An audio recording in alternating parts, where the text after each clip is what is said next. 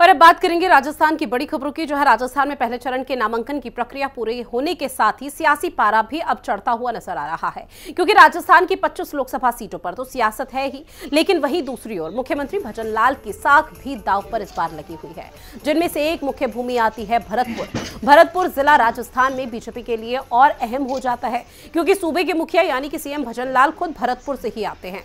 ऐसे में क्या है वहां का सियासी समीकरण? भरतपुर में जहां बीजेपी ने रामस्वरूप कोली पर दांव लगाया है, तो वहीं कांग्रेस की तरफ से संजना जाटव को अपना प्रत्याशी बनाया गया है। वहीं दौसा का भी जिक्र किया जाए तो राजनीतिक समीकरण भी ऐसा बनता हुआ नजर आ रहा है, जहां पर बीजेपी ने कन्हैया लाल मीणा को टिकट दिया और कांग्रेस मुरारी लाल मीणा को टिकट दे चुकी है। हालांकि बाड़मेर में बीजेपी की ओर से मैदान में कैलाश चौधरी उतारे गए हैं, वहीं कांग्रेस ने उमेद राम बेनीवाल को मैदान में उतारा है। और बात अगर धौलपुर करौली लोकसभा सीट की करें तो बीजेपी ने इस बार महिला प्रत्याशी को मैदान में उतारा है। बीजेपी की तरफ से इंदू देवी जाटव को मैदान में उतारा गया, वहीं कांग्रेस ने भजन लाल जाटव को मैदान में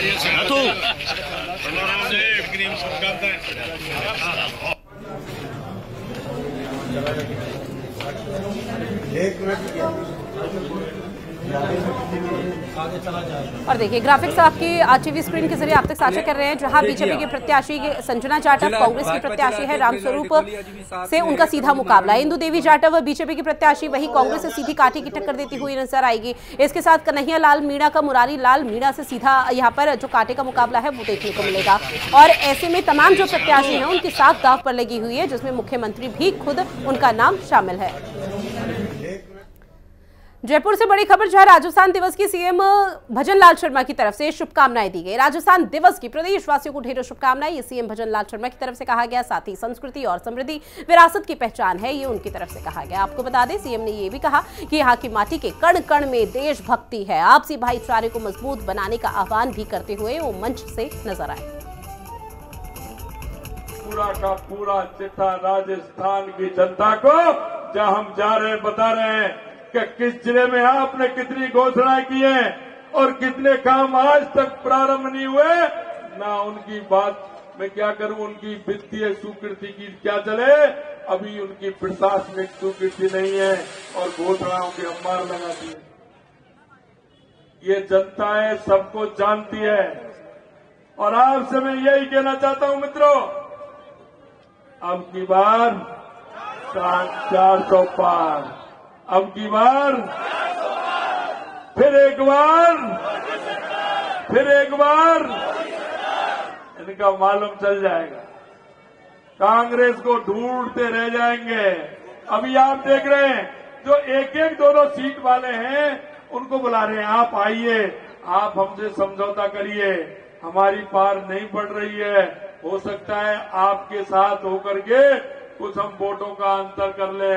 मैं आपको कहना चाहता हूं, ये राजस्थान की जनता जान चुकी है, ये राजस्थान की जनता अब कांग्रेस के किसी भी बहकावे में आने वाली नहीं है। ये कांग्रेस को विधानसभा से बड़ा सबक राजस्थान की जनता लोकसभा में सिखाने वाली है, ये मैं कहना चाहता हूं।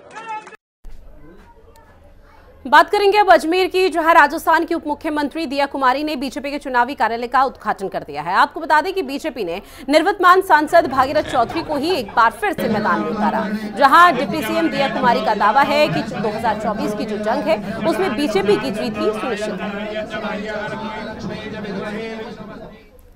और अब खबर झीलों की नगरी उदयपुर से, जहां बीजेपी के प्रत्याशी अध्यक्ष सीपी जोशी ने बीजेपी के प्रत्याशी मन्ना लाल के लिए जनसंपर्क किया है। जनसंपर्क से पहले उदयपुर से लोकसभा प्रत्याशी मन्ना लाल रावत ने नामांकन दाखिल किया था, जहां नामांकन दाखिल करने के बाद बीजेपी ने एक विशाल रैली का भी आयोजन किया था।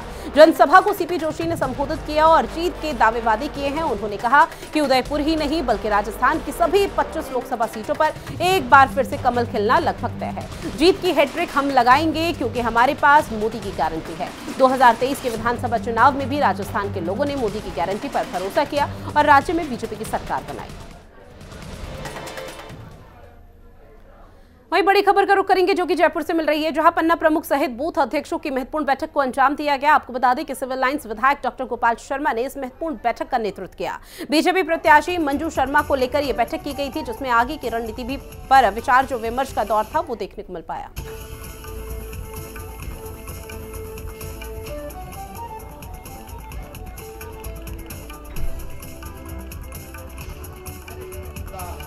तो कैसे मेरे को अध्यक्ष बनाया जा सकता? दीपक के निशान के नीचे आया था, हम लोग साथ में एकजुट होकर अपने पन्ना प्रमुख से लेकर के जो चुनाव परिणाम पिछली बार रहे हैं, किसी को संपर्क करना हो संपर्क कर ले।